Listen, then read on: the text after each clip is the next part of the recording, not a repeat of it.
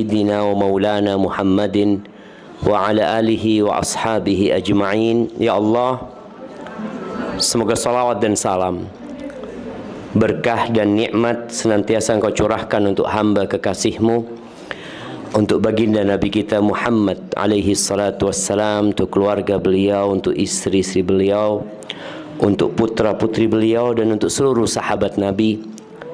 Semoga Allah meridai kita bersama mereka. Amma ba'd. Kajian ini dikhususkan buat emak-emak memang ya. Karena harapannya kalau emak-emak solehah, insya Allah rumahnya terang benderang. Walaupun suaminya kurang soleh gitu. Ana ingin bertanya, kira-kira umi-umi yang ada di sini nih, yang sudah berumur di atas 50 tahun ya, yang mungkin sudah 60 tahun, kira-kira masuk surga enggak ya? Yakin masuk surga?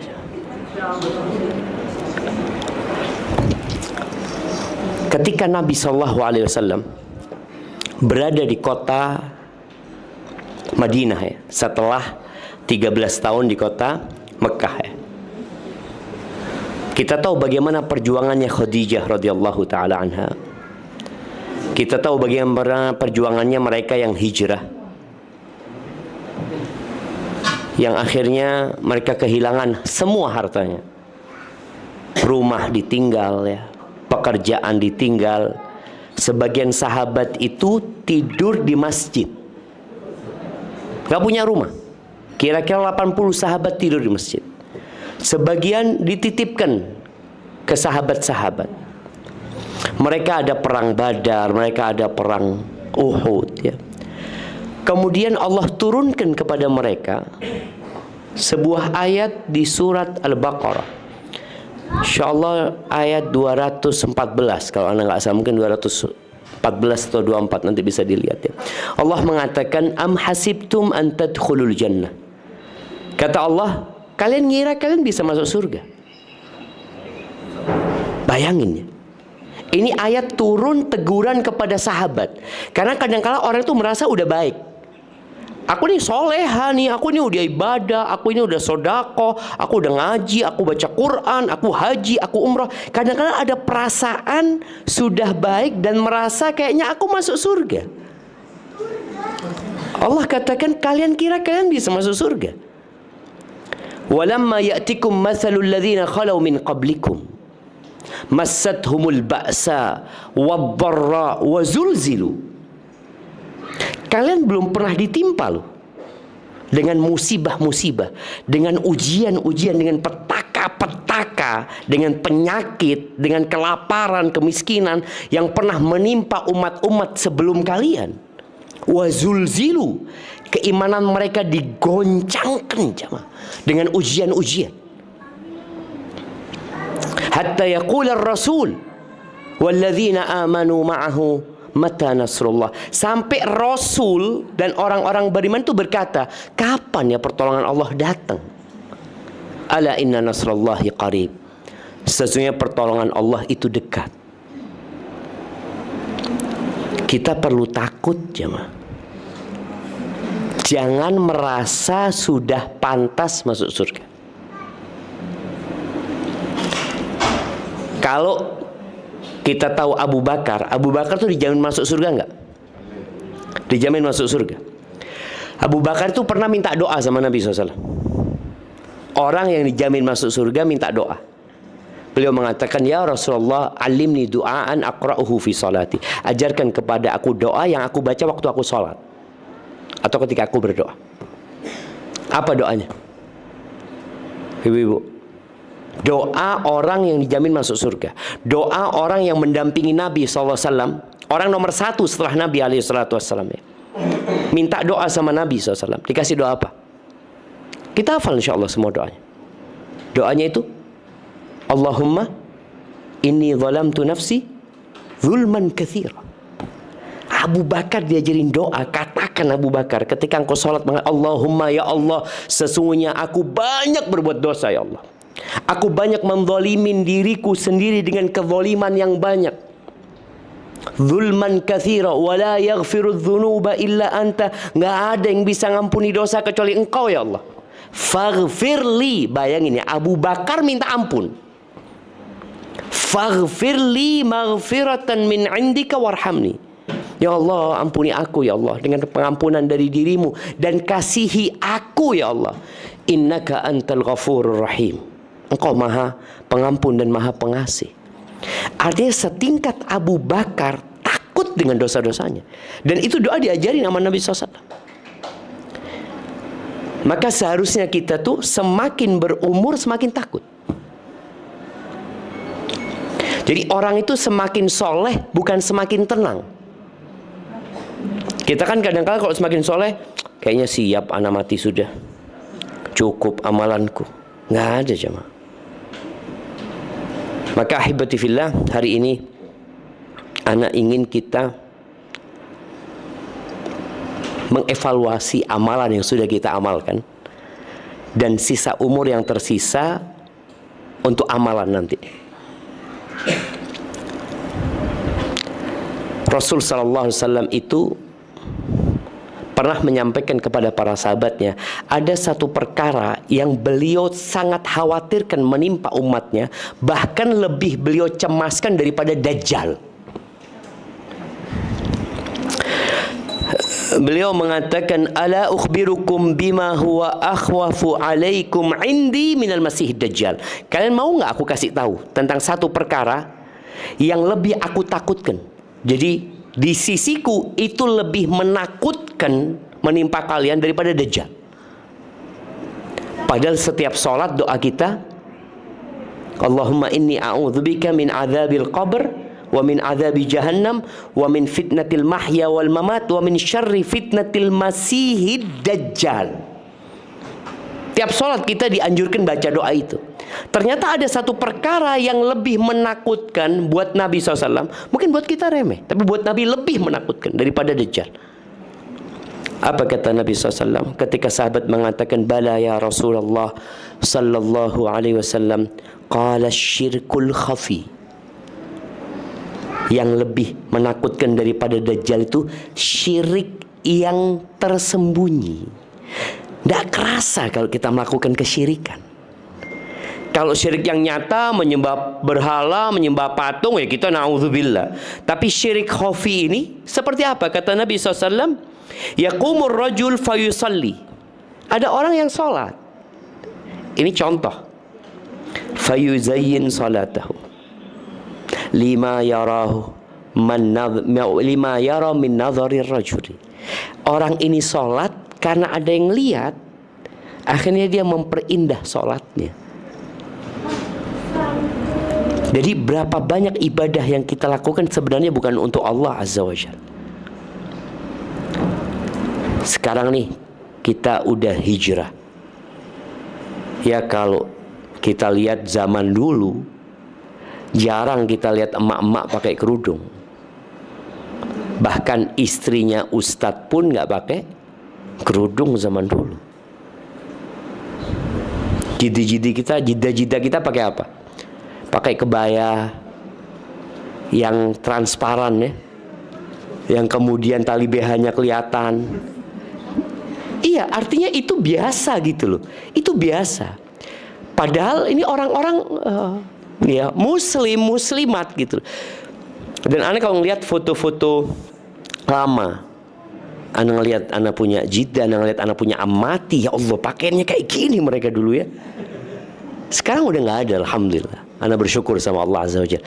Tapi ada hal yang lebih menakutkan dari itu sebenarnya. Jangan-jangan kita beramal selama ini ternyata nggak diterima sama Allah Azza wa Jalla. Nabi Ibrahim itu habis bangun Ka'bah apa doanya? Nabi Ibrahim bangun Ka'bah. Doanya apa? Rabbana taqabbal minna innaka antas sami'ul alim. Ya Allah, terimalah dari kami. Ya Allah, terimalah dari kami. Nabi minta supaya diterima. Nggak ada perasaan, oh insya Allah diterima sama Allah. Aku kan Nabi, aku hamba pilihan Allah. Nggak ada sama sekali.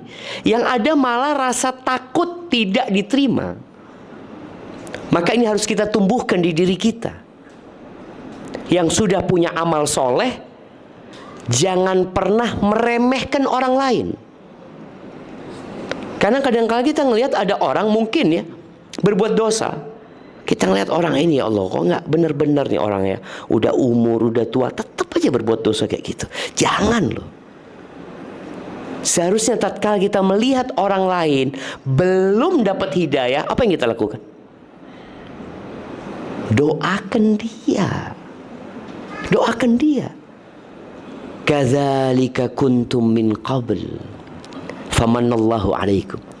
Allah mengingatkan para sahabatnya, kalian dulu juga sesat. Sama. Terus Allah kasih hidayah sama kalian gitu loh. Jadi kita sama semuanya dulu sesat loh jemaah.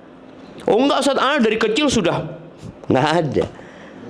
Sampai Allah Azza wa Jalla mengatakan dalam hadis qudsi, ya ibadi kulluhukum dhallun illa man hadaitu. Wahai hamba-hamba, kalian semua tersesat kecuali orang yang aku kasih hidayah. Fastahduni, mintalah hidayah kepada aku. Aku kasih hidayah kepada kalian. Maka kita nggak boleh berhenti doa ihdinas siratal mustaqim. Tadi pagi kita baca sholat subuh. Kalau kita sholat duha kita baca lagi. Sholat duhur kita baca lagi. Asar barusan kita baca lagi.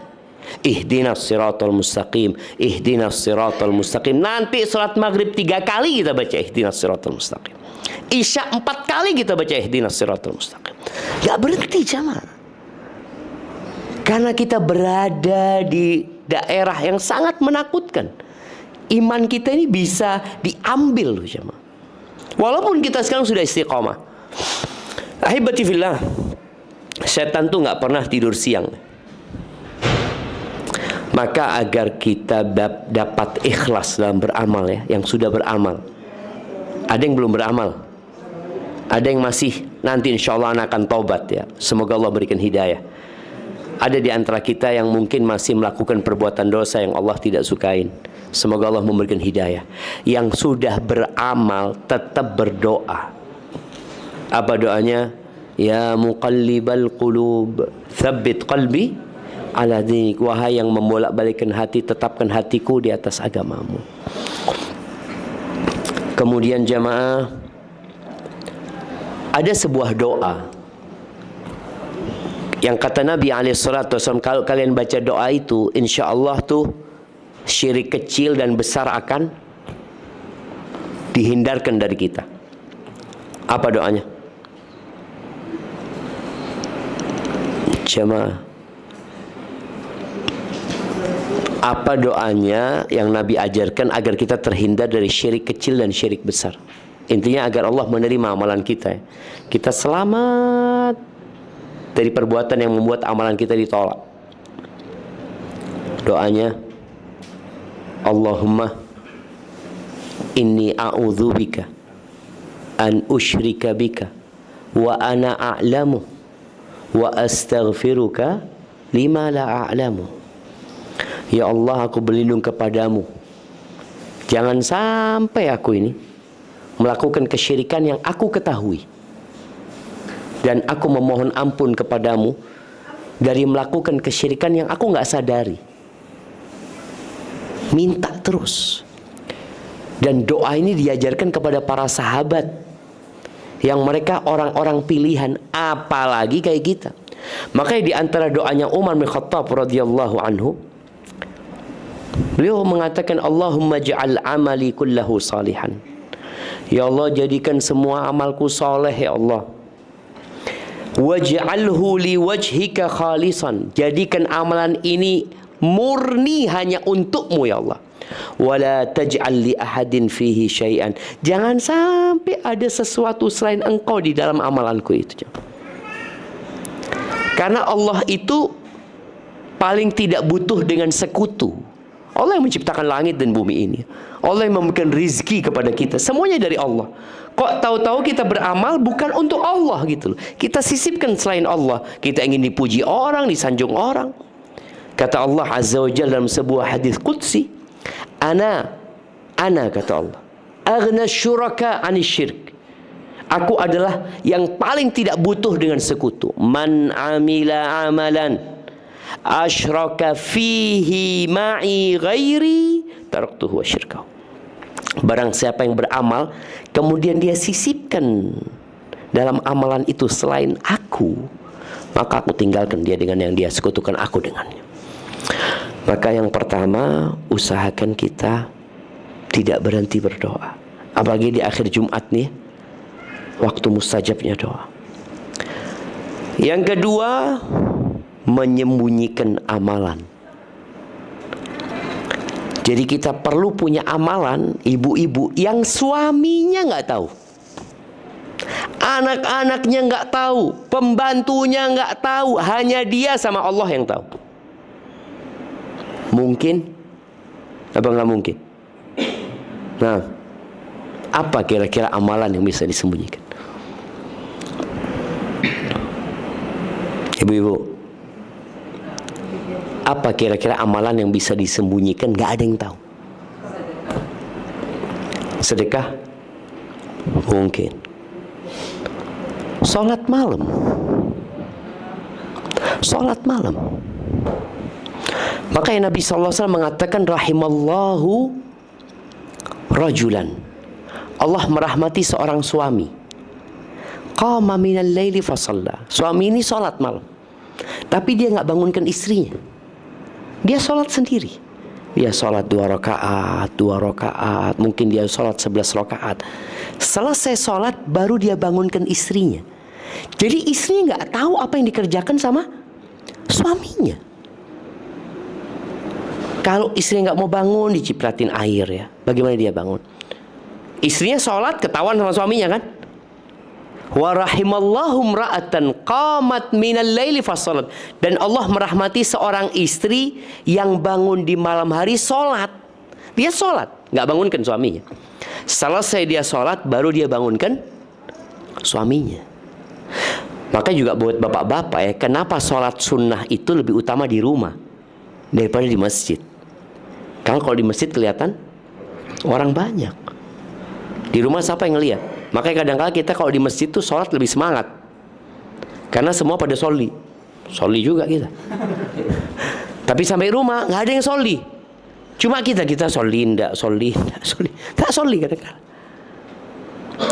Maka tolong punya amalan yang tersembunyi. Ada sebuah athar ya, liyakun li ahadikum khib'un min amalin soleh. Hendaklah salah satu di antara kalian itu punya amalan yang dia sembunyikan. Kalau bicara sodakoh, gimana dia bersodakoh nggak ada yang tahu. Dulu cicitnya Nabi SAW, Ali ibn Husain ibn Ali ibn Abi Thalib, yang dikenal dengan Ali Zainal Abidin ya. Ketika dia meninggal dunia, disebutkan di pundaknya itu ada warna hitam, bekas hitam ya. Ada bekas hitam. Ya orang nggak tahu kenapa. Setelah meninggal dikuburkan, ternyata orang-orang kehilangan sodakoh malam hari. Jadi dulu ada orang naruh gandum, mungkin apa, diketuk pintu rumahnya ditinggal ya, seperti itu. Orang itu baru tahu bahwa hal itu amalannya Ali ketika dia meninggal dunia. Jadi nggak ada yang tahu jemaah. Maka usahakan kita punya amalan yang tersembunyi. Ya kita mau riak gimana kalau amalan yang tersembunyi. Tapi sebagian kita Masya Allah, pagi matanya merah ya. Kok kenapa? Kok kayak sakit gitu ya. Oh iya afwan, tadi malam habis sholi malam gitu orang. Gimana dia menyembunyikan amalan? Dia ceritakan kepada orang. Ibadah umroh itu bisa nggak disembunyikan? Nah, bisa nggak orang umroh tapi nggak ada yang tahu? Umroh di mana? Nggak bisa. Anda artinya umroh itu ibadah memang yang kelihatan. Kita naik pesawat ya kelihatan orang, kita pakai ihram kelihatan orang, kita tawaf kelihatan orang. Apa kita nunggu sepi baru kita mau tawaf? Nggak ada gitu loh. Itu ibadah kelihatan orang. Tapi bagaimana kita ibadah itu tetap jaga hati? Karena ada orang-orang yang foto di depan Ka'bah, ya kan, Ka'bah, foto gitu. Padahal dia nggak doa, dia cuma sedang action berdoa. Kalau dulu orang itu riak karena ibadah, ini wala ibadah dia. Udah, syukron gitu. Gak ada dia. Subhanallah syamaya. Benar-benar kita itu kalau bisa, ya udah doa kita nggak usah kelihatan orang. Walaupun kita umroh ketahuan orang, tapi ada ibadah-ibadah kita di Mekah pun yang nggak kelihatan sama orang. Itu perlu diusahakan. Ketika Nabi SAW menyebutkan ada 7 golongan yang akan mendapatkan naungan di padang mahsyar itu, pada hari tidak ada naungan kecuali naungan Allah. Salah satunya siapa? Wa rajulun tasaddaqa bi sadaqatin fa akhfaha. Seorang yang bersedekah kemudian dia sembunyikan sampai tangan kirinya nggak tahu apa yang diinfakkan tangan kanannya. Dan khusus buat emak-emak ini harus banyak sedekah. Kenapa? Ibu-ibu, kenapa ibu-ibu lebih harus banyak sedekah? Sembunyi-sembunyi lagi. Kenapa? Ya, Nabi SAW ketika menceritakan banyak perempuan masuk neraka, perempuan itu punya karakter buruk, lupa dengan kebaikan suaminya, dia kurang bersyukur. Kata Nabi SAW, tasaddaqna, sedekah kalian.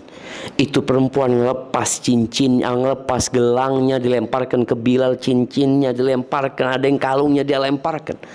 Ternyata sedekah itu memperbaiki karakter kita, tapi sedekah yang ikhlas. Gak perlu diceritakan, ana bantu fulan, gak perlu. Coba usahakan punya sedekah yang memang suami pun gak tahu. Sekarang mudah, sedekah gak ketahuan orang itu mudah. Dengan cara apa? Transfer sekarang ini. Transfer tanpa konfirmasi. Kalau memang rekeningnya udah bener rekening sedekah gitu. Soalnya kalau rekening umum harus konfirmasi, afwan, ana kirim buat masjid gitu ya. Akhirnya mereka jadi tahu. Tapi ada memang rekening sedekah, ini rekening buat bangun masjid. Udah yang masuk sana akan jadi buat masjid. Ya udah kirim sudah. Istri nggak tahu, anak nggak tahu, suami nggak tahu. Benar-benar kita berusaha punya amalan yang orang lain nggak tahu. Taib, yang ketiga, agar kita bisa menjaga amalan kita dan ikhlas, kita itu perlu melihat orang-orang yang lebih soleh dari kita. Baca bagaimana ibadahnya orang-orang terdahulu. Ada orang-orang terdahulu itu yang sholat sehari 300 rakaat. Ada yang 100 rakaat. Kok bisa jemaah? Ya dia memperbanyak sholat sunnah mutlak. Emak-emak itu ada yang punya banyak kesibukan karena anaknya masih kecil-kecil. Tapi ada fase di mana dia nggak punya anak kecil. Selesai sudah. Itu menjadi kesempatan baik kalau Allah masih kasih umur ya. Sudah waktu duha, sholli sudah. 2 rakaat, 2 rakaat, 2 rakaat capek zikir, baca istighfar, 2 rakaat lagi, capek zikir, terus sudah sholli sudah. Dan usahakan sholatnya di tempat yang nggak kelihatan orang. Sholat di masjid itu pahalanya berapa? Berjamaah di masjid 27. Kalau bapak-bapak sholat di rumah dapat berapa? 1. Kalau mama dapat berapa sholat di rumah? Dapat berapa? Lebih baik daripada dia sholat di masjid dapat 27. Ada seorang sahabat kalau nggak salah namanya Ummu Humaid As-Sa'idi. Ummu Humaid As-Sa'idi ngomong sama Nabi SAW, ya Rasulullah, inni uhibbus salata ma'ak. Dia, ya Rasulullah, aku itu ingin, aku suka sholat bersamamu ya Rasulullah. Kata Nabi SAW, qad alimtu annaki tuhibbina salata ma'i. Aku tahu kau suka sholat bermakmum bersamaku di Masjid Nabawi ini jemaah. Tapi sholatmu, kata dia, di kamar tidurmu itu lebih baik daripada sholatmu di rumahmu. Jadi sholat di kamar tidur ya. Apalagi di kamar tidur ada dulu namanya mikhda. Mikhda itu kayak gudang kecil. Sholatmu di situ lebih baik daripada sholatmu di kamar tidurmu. Dan sholatmu di kamar tidurmu lebih baik daripada sholatmu di ruang tamu sini, di ruang rumah yang lebih luas. Dan sholatmu di masjid kampungmu, di rumahmu lebih baik daripada sholatmu di masjid kampungmu. Dan sholatmu di masjid kampungmu lebih baik daripada sholatmu di Masjid Nabawi. Bayangin dia. Akhirnya Ummu Humaid ini minta dibikinkan musola di pojok rumahnya yang paling gelap, yang paling tidak kelihatan. Di situ dia beribadah sampai mati. Nggak pernah lagi dia ke masjid. Padahal sholat di masjid nggak dilarang, tapi kalau bicara lebih baik artinya lebih tersembunyi. Kalau sekarang alhamdulillah mungkin di kamar tidur ya, kemudian ada kadang-kala beberapa kamar tidur itu luas, ada ruangan lagi yang tersembunyi. Ya udah, bikin musola itu bukan yang kelihatan orang. Kadang-kala kan perempuan bikin musola di rumah tapi kelihatan pembantu, kelihatan tamu, kelihatan siapa, kelihatan kita ibadah di situ. Boleh. Tapi kalau kita pilih tempat yang lebih tersembunyi, itu lebih baik. Udah nggak ada yang tahu. Di kamar itu kunci kamarnya, di pojokan sholat sudah di situ. Pas keluar kamar, mama dari mana? Habis sholat, habis sholli. Nggak perlu cerita, habis sholli. Udah sholatnya tersembunyi, cerita lagi sama orang. Ada urusan di kamar. Jadi ada kondisi kita benar-benar menyembunyikan amalan kita. Tadi kita belajar, kita baca cerita-cerita ulama-ulama terdahulu ya. Ada kisah seorang wanita yang diperkosa. Ketika dia perkosa, dia itu membakar tangannya dengan lilin. Dalam kondisi dia mungkin diikat ya, tapi dia masih bisa membakar jarinya dengan lilin. Yang memperkosa itu heran, kenapa engkau lakukan itu? Iya, aku takut ketika engkau menggauliku, aku merasakan kenikmatan yang nanti aku diazab sama Allah Azza wa Jalla. Maka biar tanganku ini menjadi saksi juga kalau aku tidak menginginkan ini terjadi, kata dia. Sampai seperti itu. Makanya kita kalau kumpul sama orang-orang yang di bawah kita, kita merasa, oh ana lebih baik dari fulana, ana lebih ahsan dari fulan. Jangan. Baca sejarah, baca kisah-kisah para sahabat bagaimana ibadah mereka. Aisyah itu janda sejak umur 17 tahun. Udah jadi janda. Dia meninggal umur 64 kalau nggak salah, ana lupa ya. Berapa lama dia menjadi janda, jemaah? Dan istri-istri Nabi itu nggak boleh nikah lagi. Aisyah itu ibadahnya, puasanya Aisyah itu puasa dahr. Cuma Idul Fitri dia nggak puasa, Idul Adha dia nggak puasa, Ayam Tasyrik dia nggak puasa, tapi sepanjang tahun dia puasa. Bagaimana menjaga syahwatnya istri Nabi ya. Jadi diuji sama Allah Azza wa Jalla. Dan Aisyah itu kalau punya fulus, dia pernah jual rumah, semua fulusnya disodakohkan sama Aisyah. Maka kalau kita sodakoh merasa sudah banyak, tolong ketika kita merasa sodakoh banyak itu, bandingkan dengan yang kita tinggalkan. Karena hitungan pada hari kiamat itu hitungan persentase. Bagaimana hitungan persentase?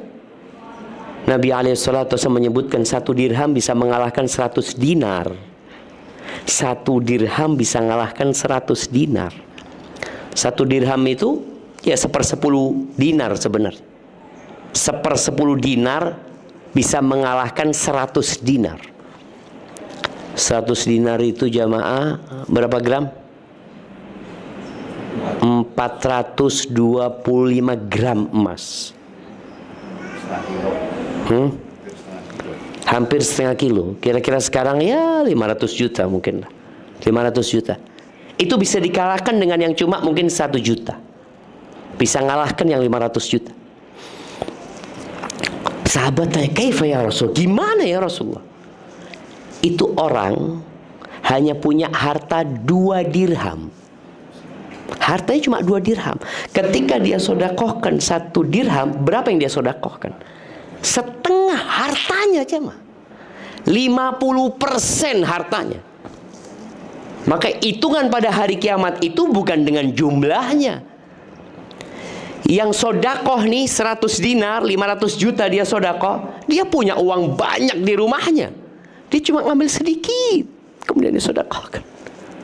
Sisanya masih banyak. Makanya kadang-kala kita itu merasa, alhamdulillah dulu anak bisa sodakoh cuma 100 ribu Ustaz. Sekarang alhamdulillah bisa sodakoh 100 juta Ustaz. Waktu dulu 100 ribu berapa uangmu? Cuma 500 ribu. Dia bisa sodakoh 100 ribu. Sekarang uangmu berapa? 1 M. Sodakohmu berapa? 100 juta. Berarti cuma 10%. Dulu sodakohmu seperti itu jemaah. Jadi kita harus benar-benar ngitung berapa yang kita tinggalkan, berapa yang kita simpan. Maka kalau kita nggak baca sejarah, kita nggak baca orang-orang soleh, kita merasa udah soleh. Maka yang keempat itu kita perlu, ini menjadi penyakit manusia ya. Yang tadi di awal Anda sebutkan, penyakit manusia itu sudah merasa cukup dengan amalannya, puas dengan kesolehannya, dengan bacaan Qur'annya, dengan sholat sunnahnya, dengan puasa sunnahnya. Dia merasa puas. Makanya ada seorang wanita yang datang kepada Nabi SAW. Ketika dia mau pulang, Nabi tanya sama perempuan ini, "Adzatu zaujin anti?" Engkau punya suami? Kata dia, "Iya ya Rasulullah, aku punya suami." "Kaifa anti minhu?" Gimana sikapmu kepada suamimu? Kira-kira ibu-ibu kalau dikasih pertanyaan ini jawabannya apa? Ibu-ibu. Nah, ada mic, kasih ke ibu-ibu mic. Mana mic satunya? Itu tuh. Kasih mic itu. Hidup nggak? Hidup nggak?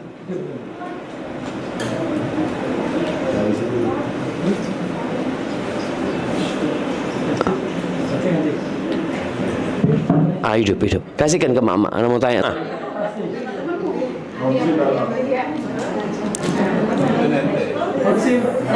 Siap. Pertanyaannya, bagaimana sikap ibu kepada suami ibu selama hidup ini? Sudah berbuat baik, sudah kayak apa? Kira-kira suami ibu nuntut ibu nggak hari kiamat nanti? Kira-kira kita kan tadi, ibu merasa sudah baik nggak sama suaminya? Perasaan, ya, siap. Itu yang Anda inginkan. Jadi kalau ditanya perempuan itu perasaan mah enggak, insya Allah Ustaz. Suami aneh yang kurang bersyukur Ustaz dapat anak. Ya, ini perempuan yang ditanya sama Nabi SAW, gimana sikapmu kepada suamimu? Qala la aluhu illa ma'ajiztu. Aku tidak pernah menyia-nyiakan dia ya Rasulullah, kecuali yang aku nggak mampu. Jadi dia sangat maksimal memberikan pelayanan kepada suaminya. Ini bahaya jemaah. Apa kata Nabi SAW? Unzuri aina anti minhu. Kau perhatikan lagi ya, bagaimana sikapmu kepada suamimu, karena suamimu itu surgamu atau nerakamu. Jadi kita kadang merasa sudah, belum tentu sudah. Maka tolong jangan merasa sudah soleh. Tadi perasaan sudah baik itulah yang membuat kita akhirnya tidak pernah menambah kebaikan kita. Apa sih kurangnya aku? Kayaknya nggak ada. Ahibati fillah. Ada sebuah ungkapan ya dari salafus saleh yang mengatakan ada seorang yang masuk surga gara-gara dosa, dan ada orang yang masuk neraka gara-gara ketaatan dia. Ini orang taat masuk neraka, orang berbuat dosa masuk surga. Loh, kok bisa? Para ulama menjelaskan, ini orang yang berbuat dosa Dosa itu selalu menghantui dia. Dia takut, ya Allah aku berbuat dosa. Kemudian dia istighfar, dia mohon ampun, dia malu sama Allah SWT. Akhirnya dosanya ini menggiring dia menuju ke surga. Karena dia akhirnya jadi orang baik, tapi masih takut sama dosanya. Tapi ada orang yang melakukan ketaatan, kemudian dia bangga dengan ketaatannya, dia merasa sudah soleh, bahkan dia meremehkan orang lain. Akhirnya dia masuk neraka gara-gara ketaatan dia yang dibalut dengan ujub. Dan kata Nabi SAW, termasuk yang menghancurkan manusia itu i'jabur rajuli binafsi. Dia takjub sama dirinya. Ada perempuan kalau bercermin ketawa-ketawa sendiri? Ada yang lihat, ya Allah bagus banget anak punya anak ya. Dia lihat kiri kanan, ada yang bangga sama dirinya sendiri. Padahal ketika tanya sama anaknya, nak, mama gimana nak? Mama udah tua mah.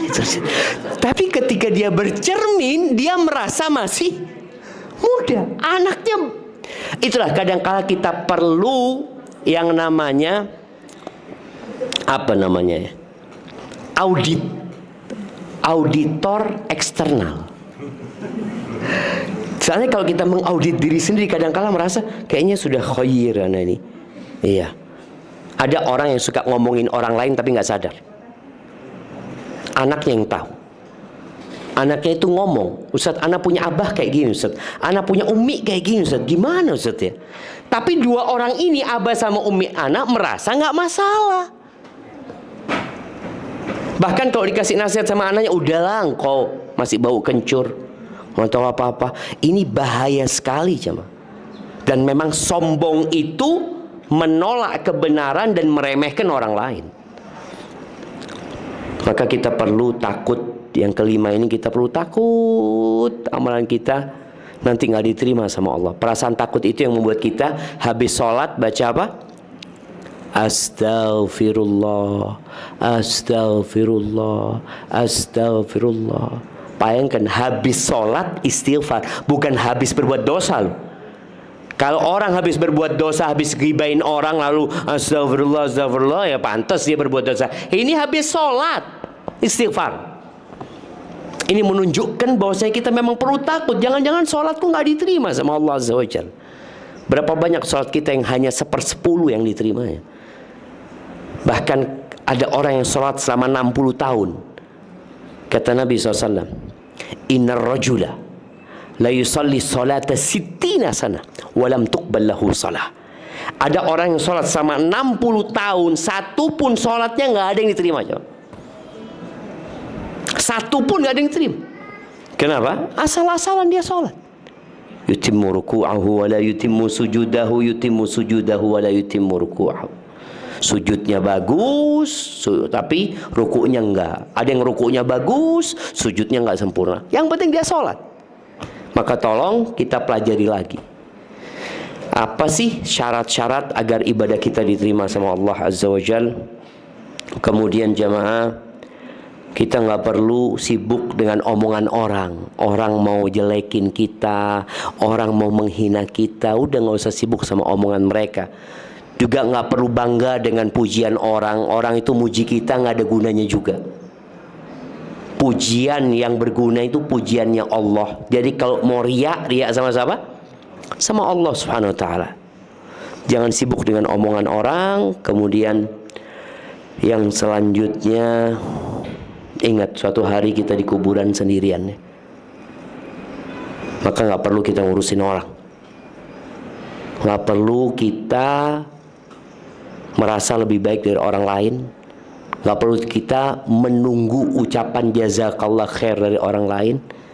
Sudah, kita berbuat karena Allah Azza wa Jalla. Barakallahu fiik. Itu mungkin dapat Anda sampaikan pada kesempatan kali ini.